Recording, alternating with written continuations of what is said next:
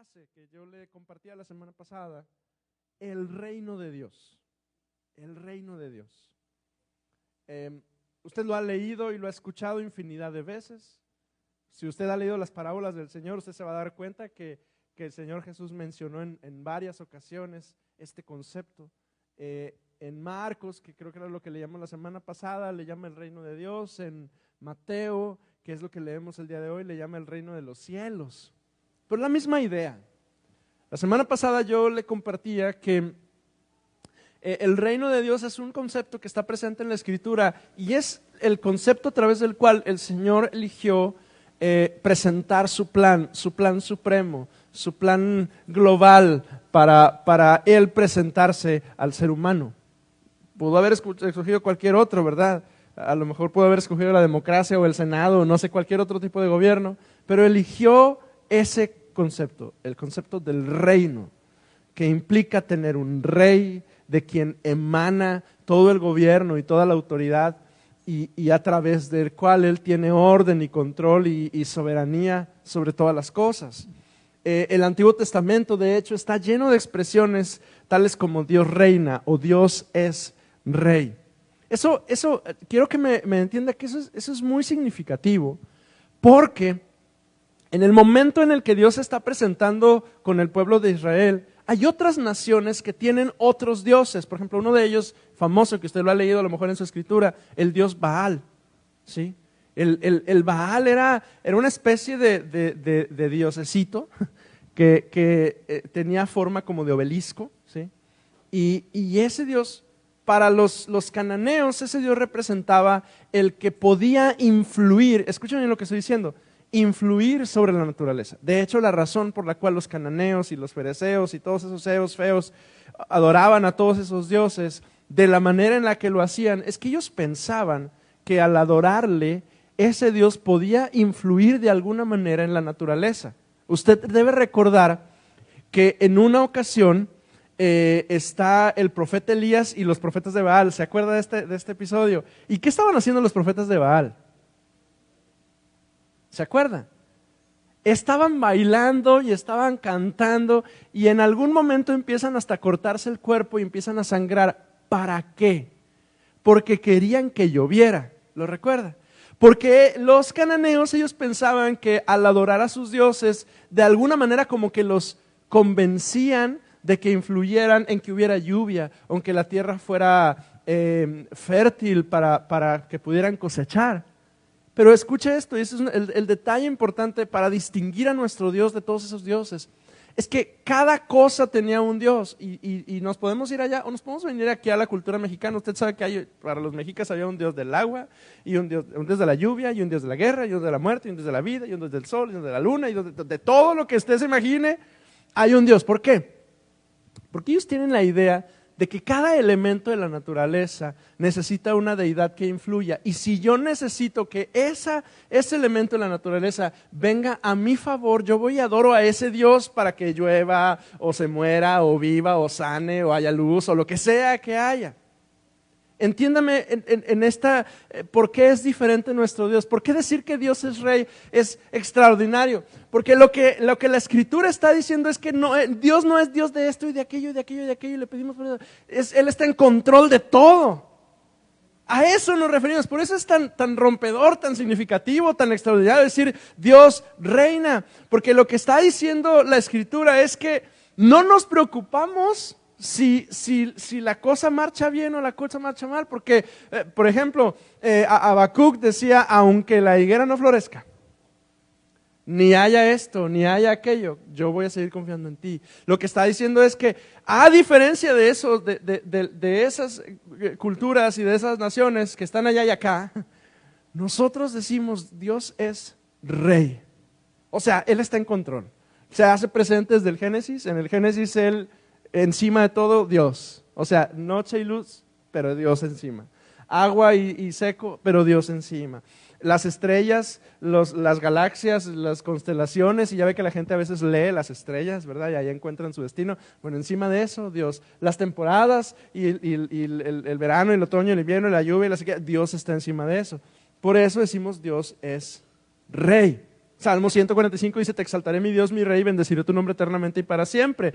Y la semana pasada yo introducía esta idea y le decía, el plan de Dios es, Él es Rey y su pueblo, en Éxodo, Israel.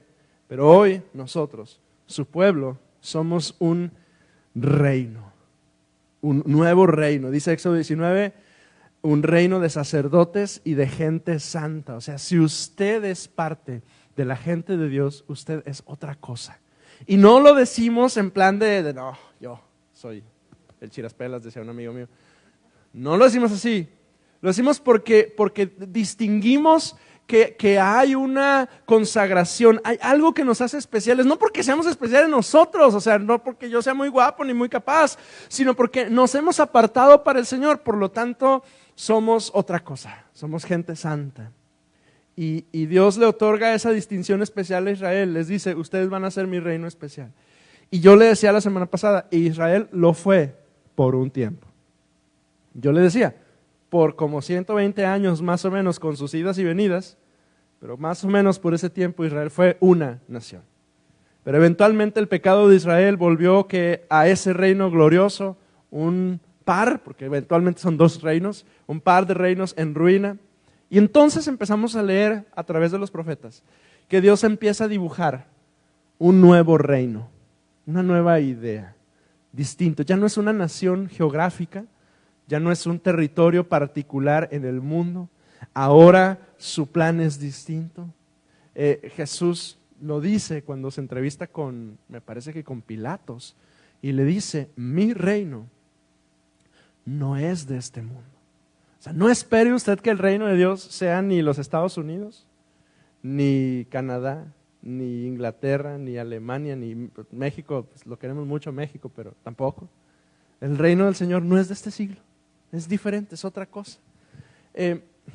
Marcos 1:15, eso es un resumen de lo que compartí la semana pasada, dice, después que Juan fue encarcelado, Jesús vino a Galilea predicando el evangelio del reino y diciendo, el tiempo se ha cumplido, el reino de Dios se ha acercado, y nos da una clave: arrepentíos y creed el evangelio.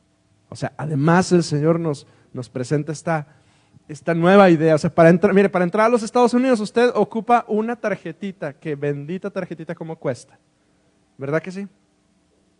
Y no se le pierda. Yo no sé si alguien alguna vez tiene visa y se le ha perdido entre la casa, por Dios que no le pase. A mí hasta me han hablado para que ore para que la encuentren. Porque para entrar a ese reino se ocupa una identificación, un proceso especial. Para entrar en el reino, Jesús dice, arrepentíos y creed el evangelio. Jesús está diciendo que ese reino está empezando a invadir. Una invasión no es una buena noticia. Hace un año, un poco más de un año, nosotros escuchamos de un país, Rusia, que estaba preparándose para invadir una nación, Ucrania. Y todo el mundo estaba asustado y los ucranianos estaban huyendo de su país. Millones de personas han salido de ese lugar huyendo por una invasión. Cuando escuchamos que el reino se ha acercado, más o menos Jesús está diciendo eso, ya viene en camino y está a punto de invadir y todos están asustados. Bueno, la diferencia es que, a diferencia de los reinos de este mundo, cuando anticipan que van a invadir un lugar, este reino, que no es geográfico ni político, sino espiritual, esto es una buena noticia. Oímos que Rusia invade a Ucrania, nosotros estábamos asustados, uno de mis hermanos vive en Polonia, muy cerca de la frontera con Ucrania, y estábamos así histéricos, porque ¿qué pasó? ¿Qué le va a pasar? ¿No? ¿Qué onda? Las naciones vienen e invaden, eso nos da terror. Bueno, en este caso, este reino que está llegando es una buena noticia. Decíamos la semana pasada, el reino de Dios es un reino diferente. El reino de Dios es un gobierno al que yo me someto e implica rechazar otro reino.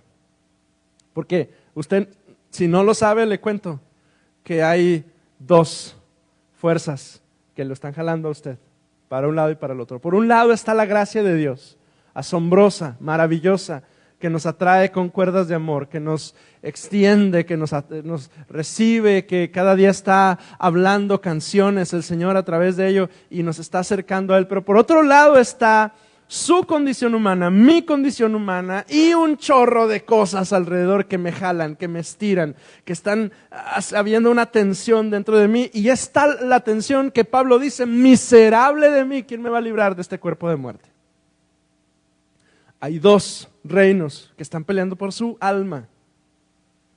Y usted está en medio de esa situación y usted y yo necesitamos decidir a dónde vamos a servir. Cuando Elías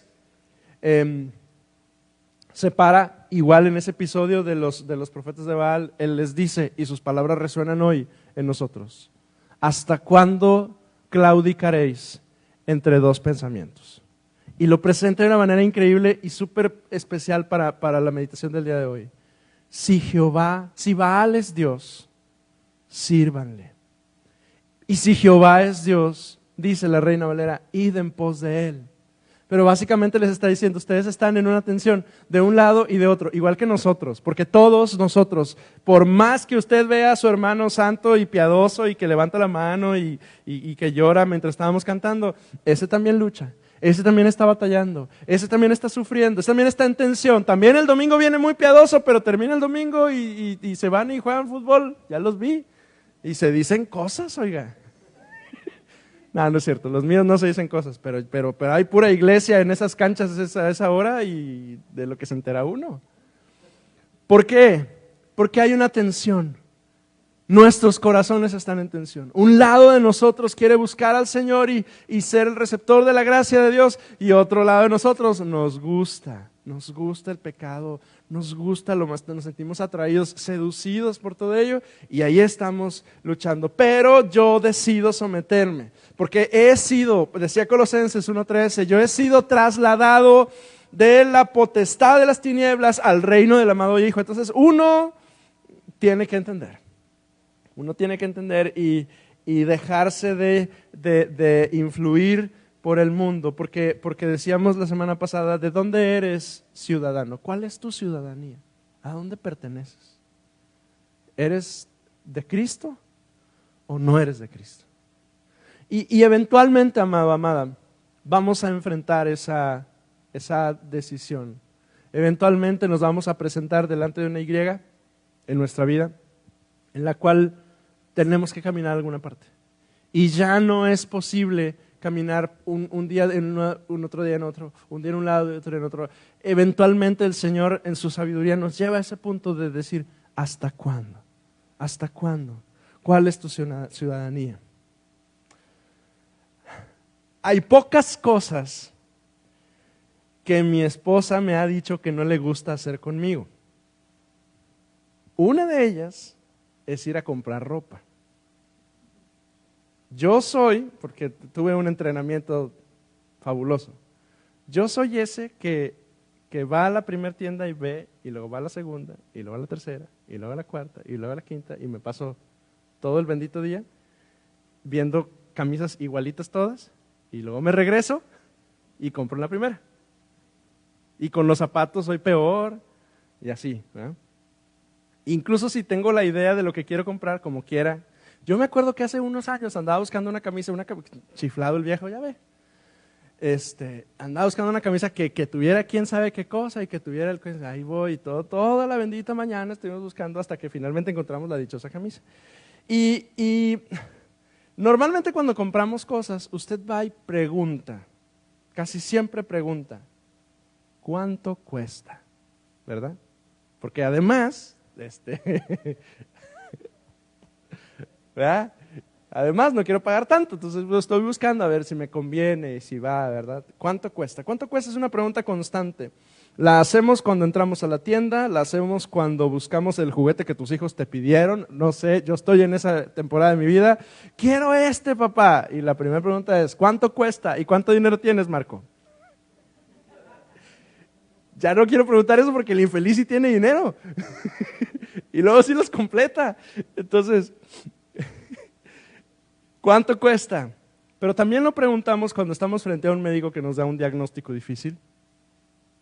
Cuando usted sabe, yo me he encontrado en esa posición en varias ocasiones recientemente, y eso cuánto cuesta, ¿no? y hay opciones a crédito, lo tengo que pagar de contado, ¿qué tenemos que hacer? Hay momentos en los que el costo es negociable, sí, hay cosas que no importa, o sea, son unos tenis, puedo usar unos tenis de 300 pesos y puedo usar unos tenis de 800, o sea, son tenis, voy a caminar finalmente con ellos, hay cosas que no importa el costo y es negociable, pero hay momentos en los que el costo no importa. Cuando la vida está de por medio, llegamos a decir incluso lo que cueste con tal de que funcione. Lo que no importa lo regateamos, pero cuando la vida está de por medio hacemos un esfuerzo, el que sea necesario para obtenerlo. Y yo introduzco el día de hoy esto porque yo quiero preguntarme el día de hoy, ¿qué dijo Jesús acerca del reino de los cielos? Mateo le llama justamente así, el reino de los cielos. Otros evangelios le llaman el reino de Dios, pero Mateo le llama el reino de los cielos. Y cuando Jesús en Mateo empieza a explicar acerca del reino de los cielos, él usa un método increíble que hoy a los que estudiamos la Biblia y a los que comunicamos nos asombra. El método es la parábola. ¿Usted sabe qué es una parábola? ¿Una parábola? Sí. Bueno, en matemáticas es una figura así, ¿no? Pero en términos literarios, una parábola es uno de los estilos de enseñanza más utilizados por Jesús. Es más que un relato ilustrativo, es una expresión misteriosa que no lleva su significado solamente en la superficie, que hay algo más profundo. O sea, cuando Jesús menciona una parábola, él utiliza una historia normalmente cotidiana, familiar para todo el mundo la escucha y dice, sí, claro, el sembrador, que es la primera que vemos en el capítulo 13. Por supuesto, es algo súper fácil de distinguir y la escena es muy clara para todo el mundo, pero entonces un relato que parece normal, natural, sencillo, de pronto ese relato necesita interpretación. Porque para unos el relato es luz y para otros el relato es oscuridad. En las parábolas en particular del capítulo 13, Jesús está hablando acerca del reino de Dios y aclara las demandas y las paradojas de este nuevo orden que Jesús ha venido a establecer. Porque cuando Jesús habla del reino, establece unos lineamientos así muy particulares de la manera en la que las personas pueden gustar, disfrutar, participar de ese nuevo reino. Es un reino, pero hay un montón de respuestas posibles. Observe lo que dice el versículo 10. Acercándose los discípulos le dijeron, ¿por qué les hablas en parábolas? Y es la pregunta que nos seguimos haciendo el día de hoy nosotros. ¿Por qué? ¿Por qué eliges esa manera tan bonita, pero tan compleja de entender? Porque varias de ellas, Jesús tenía que venir con ellos y decirle, los discípulos tenían que venir con Jesús y decirle, oye, ¿no podrás explicarnos de qué se trató? Él respondiendo les dijo, porque a vosotros os es dado saber los misterios del reino de los cielos, mas a ellos no les es dado. Observa el versículo 1 porque quiero leer la primera de ellas. Aquel día salió Jesús de la casa y se sentó junto al mar. Y se le juntó mucha gente y entrando él en la barca se sentó y toda la gente estaba en la playa. Y les habló muchas cosas por parábolas diciendo, aquí el sembrador salió a sembrar. Y mientras sembraba, parte de la semilla cayó junto al camino y vinieron las aves y la comieron. Parte cayó en pedregales donde no había mucha tierra y pronto brotó, pero no tenía profundidad en tierra. Pero salido el sol se quemó porque no tenía raíz y se secó. Y parte cayó entre espinos y los espinos crecieron y la ahogaron, pero parte cayó en buena tierra y dio fruto, cual al 100, al 60 y al 30 por uno. El que tiene oídos para oír, oiga. Y se quedaron ellos, como nosotros la primera vez que la leímos, ¿ah? ¿Cómo? ¿Por qué ante la proclamación del Evangelio unos habían respondido con tanto entusiasmo, pero no todos recibían el mensaje con la misma acogida? Y la respuesta nos muestra que no solo se trata del mensaje que es proclamado, tanto como del grado de la disposición de los creyentes para recibir ese mensaje. Y así Jesús empieza a presentarnos cómo es el reino de Dios. Aquí está el reino de Dios, pero requiere una respuesta. Dios es el que presenta, el que trae su mensaje, el que habla a todo mundo, pero cada uno responde como quiere. Pero hay dos parábolas, ahí mismo en el capítulo 13, que hoy representan un valor particular porque tienen que ver con el costo. Vaya al versículo 44, por favor. Además, el reino de los cielos es semejante a un tesoro escondido en un campo, el cual un hombre halla y lo esconde de nuevo, y gozoso por ello va y vende todo lo que tiene y compra aquel campo. Esta es la primera de ellas. La conocemos como la parábola del tesoro escondido. Además, el reino de los cielos es semejante a un tesoro escondido en un campo, el cual un hombre halla y lo esconde de nuevo, y gozoso por ello va y vende todo lo que tiene y compra aquel campo. En el tiempo del Nuevo Testamento había bancos, pero la gente común no podía usarlos. Lo más frecuente era usar el campo para guardar sus posesiones más preciadas. Encontrar algún lugar en medio de la nada y ahí guardar todo lo que tuvieran. Hay un dicho de los rabinos que decía: no hay lugar más seguro para guardar el dinero que la tierra. Y eso era particularmente pertinente porque en ese tiempo había guerras constantes. Entonces si se venía un conflicto, llegaban a donde estaban las casas y ahí saqueaban y se llevaban todo, pero el dueño de la casa y de la propiedad sabía que en algún lugar en medio de la hectárea ahí estaba guardadas sus cosas, y él podía ir, iba a recuperar lo más preciado que él tenía. Flavio Josefo, que es un historiador, dice que la gente escondía sus valores, su oro, sus joyas, sus tesoros familiares bajo la tierra en el momento de la huida, con la esperanza de que algún día, cuando ellos volvieran, podrían recuperar todo lo que tenían. Y ahí estaba ese tesoro. La parábola nos dice que alguien en algún momento probablemente hizo justo eso. Guardó todo cuanto tenía y tenía mucho valor, y se fue en medio de la nada y ahí echó, acabó y guardó el cofre o lo que sea y lo puso ahí y lo dejó y se fue. Y quién sabe qué haya pasado con él. Pero un día un incauto andaba por ahí y de pronto, no sabemos cómo y no sabemos por qué, pero empezó a excavar justo en ese lugar. Y cuando encuentra el cofre o lo que sea que sea en lo que guardó esos bienes el otro dueño, cuando se da cuenta de lo que hay ahí, se queda calladito. Y de pronto, algo que encontró circunstancialmente, porque no sabemos qué estaba haciendo, pero no nos dice la Biblia que anduviera buscando tesoros. Pero se encuentra eso y lo cubre y hace con mucho sigilo, busca al dueño del lugar. ¿Y cuánto valdría el terreno? ¿Cuánto vale una hectárea, Mónica sí sabe? ¿Cuánto vale un terreno en la carretera nacional? Te pasaste, Almanza, ¿verdad? ¿Cinco verdes o azules?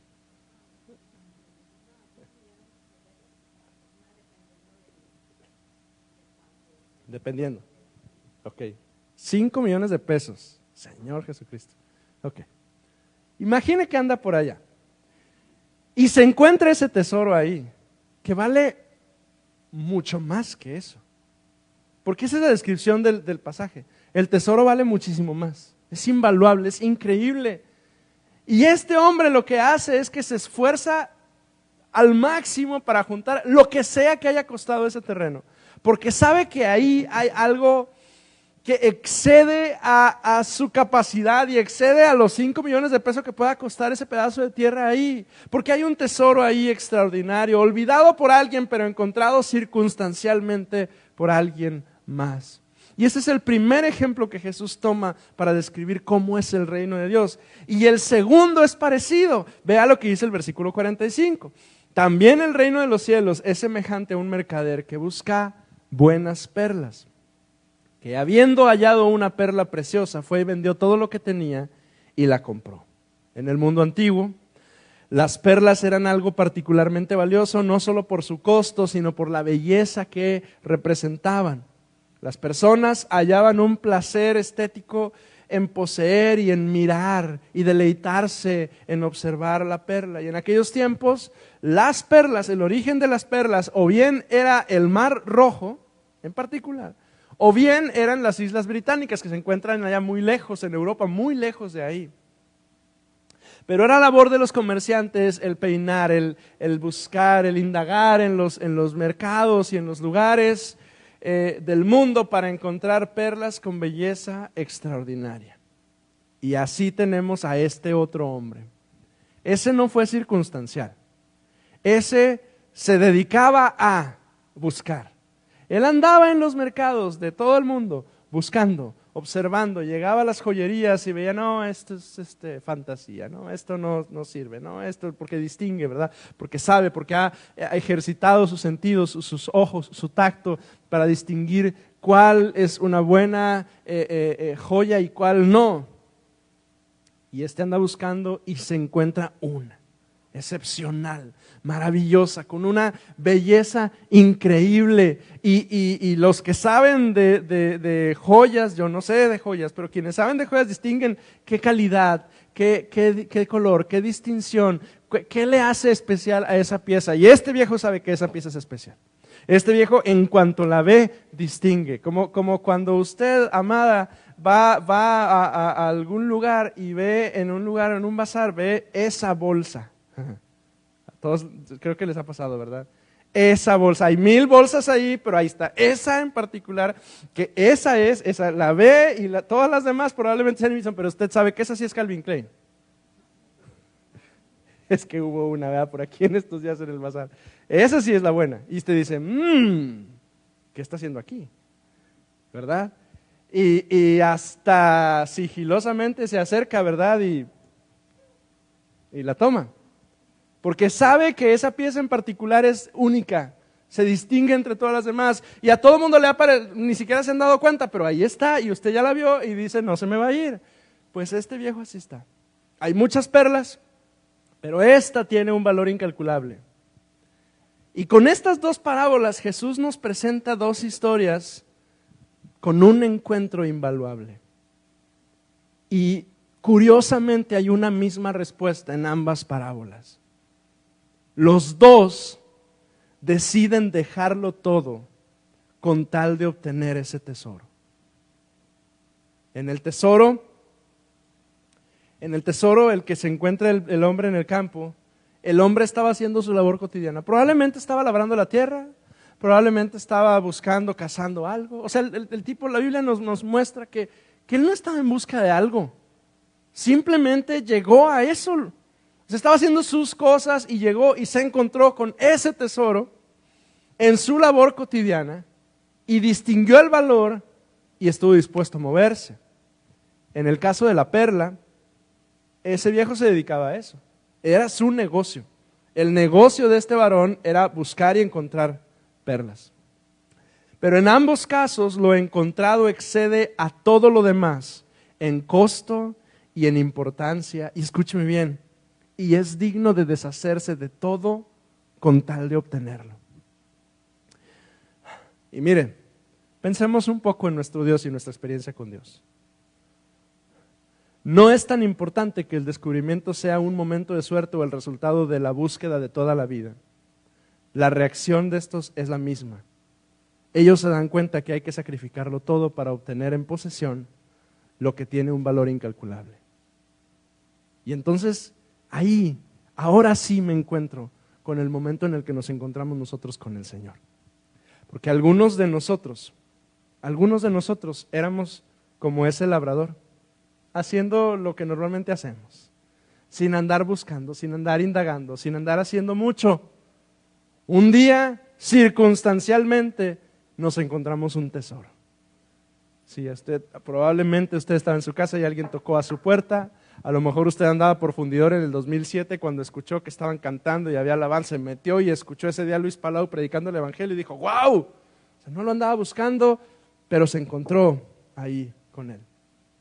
Ya sea que uno descubre a Dios por un destello instantáneo, o como el caso de algunos otros de nuestros hermanos después de un proceso de búsqueda exhaustiva, porque hay hermanos nuestros quienes yo admiro profundamente, que de pronto un día se dieron cuenta que necesitaban algo. Esos buscadores de tesoros, esos hermanos nuestros que antes de conocer a Cristo anduvieron aquí y allá, no porque les gustara, sino porque había un deseo, un anhelo en sus corazones de decir algo no está bien y yo necesito algo y no sé qué es. Y fueron al Hare Krishna, y fueron a la mezquita, y fueron a los gnósticos, y subieron y bajaron y leyeron y la filosofía y le entraron, hasta que finalmente un día encontraron esa perla y dijeron, era esto.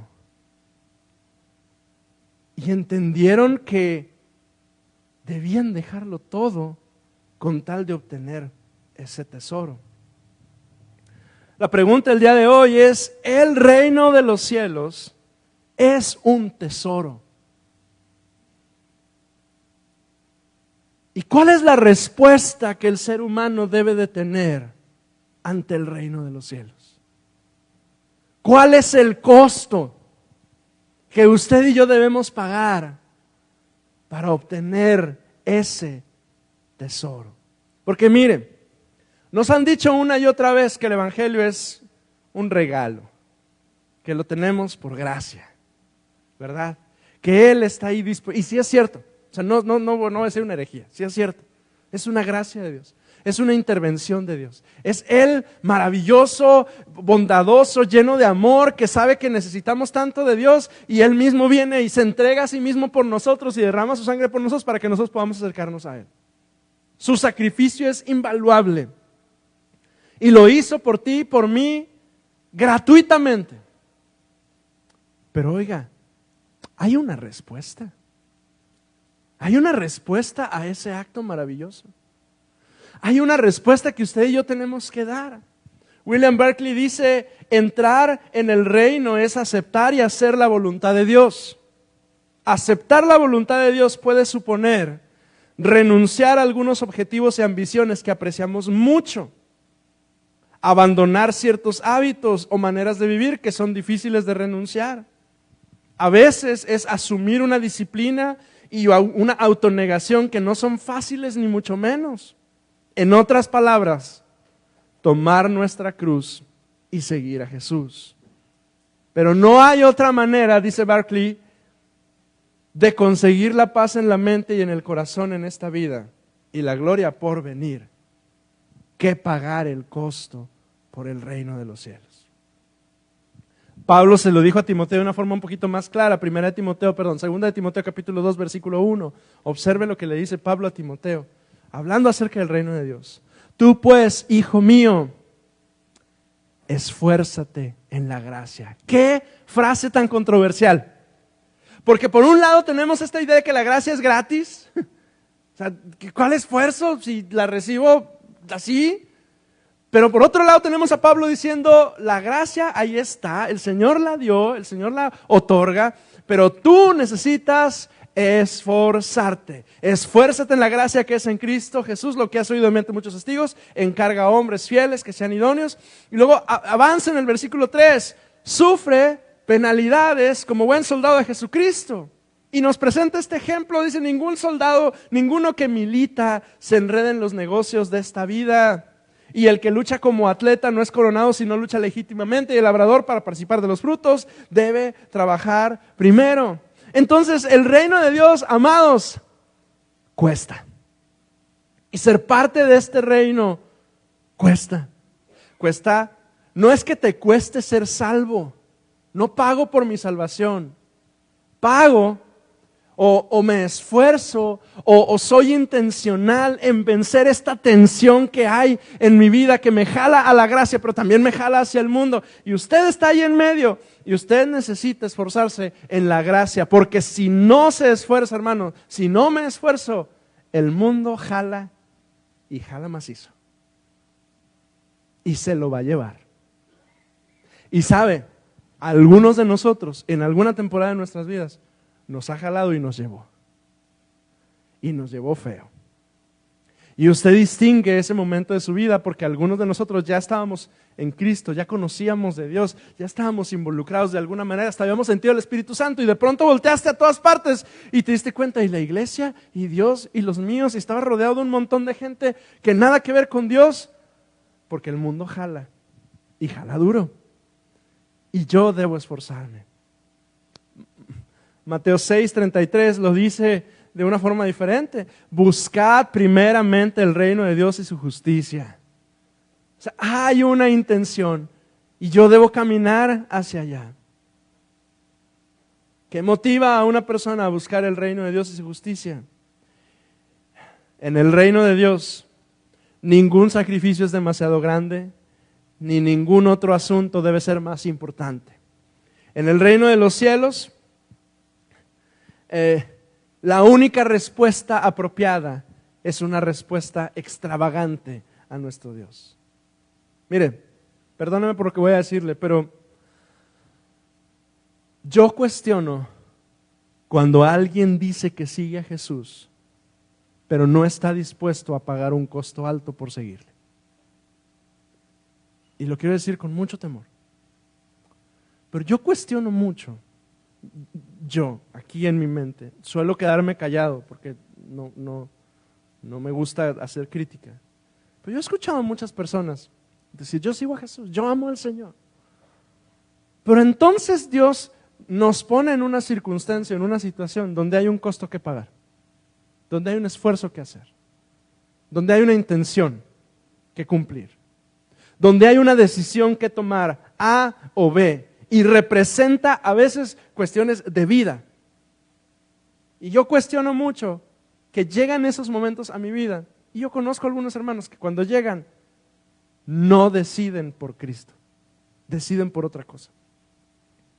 Cuando no estamos dispuestos a pagar un costo alto por seguirle. Y sabe, ese es el mal de nuestra generación, de la gente de nuestro tiempo. Porque hoy, cuando todo es tan accesible, cuando todo es sencillo, cuando todo está al alcance, de pronto y cuando nos cuesta seguir a Dios y no lo damos, ello se convierte en una evidencia perfecta de qué tan profundo o superficial ha sido nuestro encuentro con Dios. Qué miedo me da eso. Qué miedo me da por mí. Yo no quiero que suceda que un día el Señor viene y me dice, Hugo, este es el camino. Y yo decida no seguirlo. Yo no quiero que un día el Señor venga conmigo y me diga, Hugo, A o B. Y yo diga, híjole, mejor B. Es más fácil. Yo no quiero que pase un día que el Señor me diga, Hugo, este es el costo y lo tienes que pagar. Y yo le diga, híjole, no, Señor, es demasiado. Pasó con mucha gente en el Nuevo Testamento. Hubo uno de ellos que estaba entusiasmado porque estaba viendo todo lo que estaba pasando alrededor de Jesús y le dijo, ¿qué necesito para seguirte? Y este le dio un costo alto. Le dijo, ve y vende todo lo que tienes, dáselo a los pobres y entonces ven y sígueme. ¿Y qué hizo? Se puso triste. Ay, pobrecito, chiquito bebé. Qué duro. Qué duro, qué difícil. No, ese Jesús debe estar loco. ¿Cómo se atreve a decirte eso? Ese es el mal de nuestra generación. Y yo hoy quiero preguntarle, el reino de Dios tiene un costo. Es un tesoro que usted se encuentra o circunstancialmente, porque un día andaba caminando por la calle y se encontró a Ileana y Ileana la abordó y le compartió de Cristo, ¿sí? O un día usted estaba busca y finalmente lo encontró. Ya sea que pasó uno o lo otro, la decisión es simple. O pagas y lo recibes, o se te va. Y esa decisión eventualmente llega a nuestras vidas, amados. Llega el día en el que el Señor mismo se encarga de llevarnos a esas intersecciones, a esas Y terribles, de miedo. Algunos de mis hermanos hoy están en eso. Algunos de mis hermanos, y yo lo sé, en estos días están luchando justamente con eso. Porque ya llegaron al punto en sus vidas en los cuales el Señor les dice, Hugo, izquierda o derecha. Y yo estoy para acá. ¿Para dónde? Mi familia y yo lo hemos enfrentado en varias ocasiones. Y cuesta mucho. Soltar lo que amamos por el reino de Dios cuesta.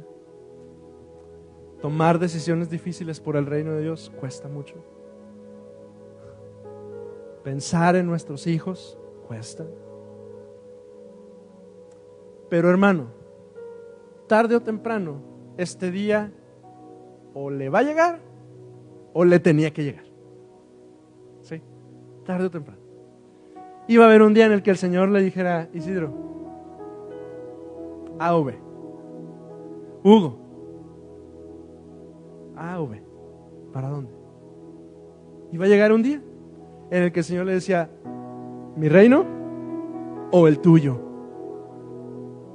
O sea, si le das para acá, estás en mi voluntad, estás en mis caminos, yo te estoy dirigiendo, yo te estoy llevando. Va a estar bien difícil, va a estar bien rudo, va a estar bien complicado, pero yo voy a estar contigo. Y si le sigues por allá, pues va a estar tranquilo, tú tienes la seguridad, tú estás relajado y tú piensas que va a estar bien. Aquí está, A o B, ¿qué quieres? Le pregunto hoy, ¿cuánto estás dispuesto a pagar por seguir a Cristo? Porque le tengo que decir otra vez, seguir a Cristo cuesta. Sí, venir a la iglesia, perdóneme, venir a la iglesia no cuesta.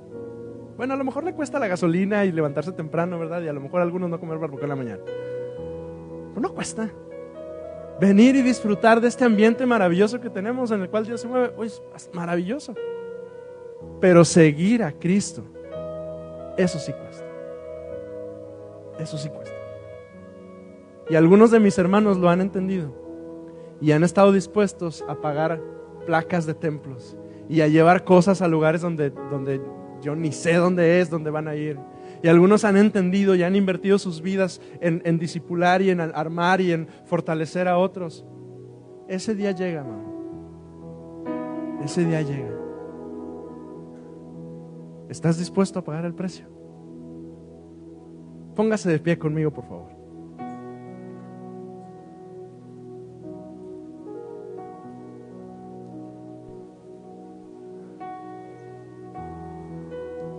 Señor, yo quiero rogarte hoy por mi iglesia. Yo te doy gracias, Señor, porque me das el privilegio de servirte en este lugar y ver cómo tú vas trabajando de una forma tan especial y tan particular en cada uno de mis hermanos. Gracias, Dios.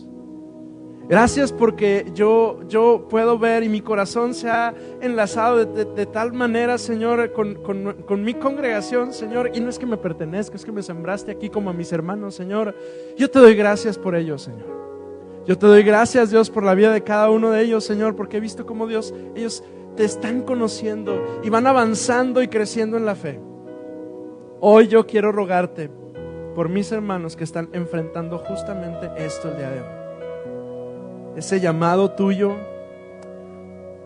quizá a vender todo lo que tienen y comprar ese pedazo de terreno olvidado en medio de la nada, confiando que ahí han encontrado ese tesoro invaluable y esperando en tu gracia, sabiendo que eso es lo que tú tienes para ellos. Yo te doy gracias, Dios, por la vida de mis hermanos que en este momento están enfrentando esa decisión. Han buscado tanto, han anhelado tanto y finalmente llegaron y vieron esa perla. Pero esa perla cuesta y cuesta mucho.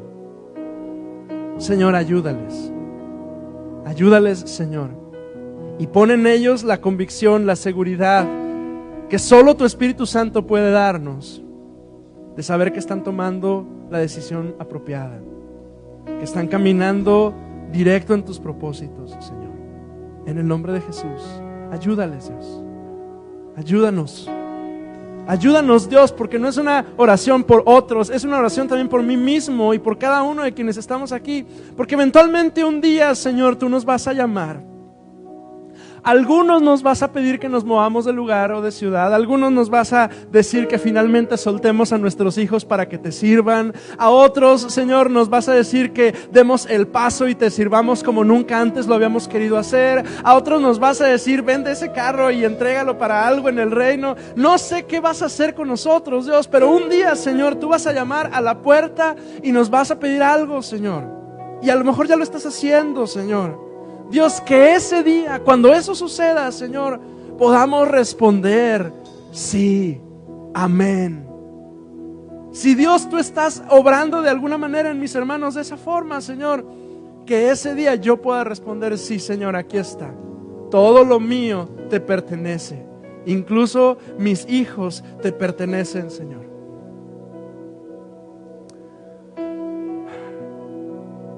¿Qué le parece si eleva sus manos conmigo al Señor y le pide al Espíritu Santo que Él es quien está trabajando entre nosotros, siga moviéndose? Aquí estamos, Señor. Somos tus hijos y queremos ser sensibles a ti. Y tu reino, Señor, es tan maravilloso que vale la pena invertirnos nosotros mismos en él. Ayúdanos. Amado, perdóneme por insistir, pero si usted está en ese momento el día de hoy, ¿qué le parece si hoy se consagra al Señor y le dice: Señor, aquí estoy? Y alguno necesita estar de rodillas en su lugar, alguno necesita venir a lo mejor aquí al altar y decirle: Señor, aquí estamos, tú eres nuestro Dios. Alguno quizás solamente necesita extender su mano hacia el cielo y recibir del Espíritu Santo esa fortaleza para esa decisión que necesita. Lo que sea que necesite hacer el día de hoy, hágalo, no se quede en su lugar estático. Responda al Señor porque Él está invitando. Adoremos juntos al Señor.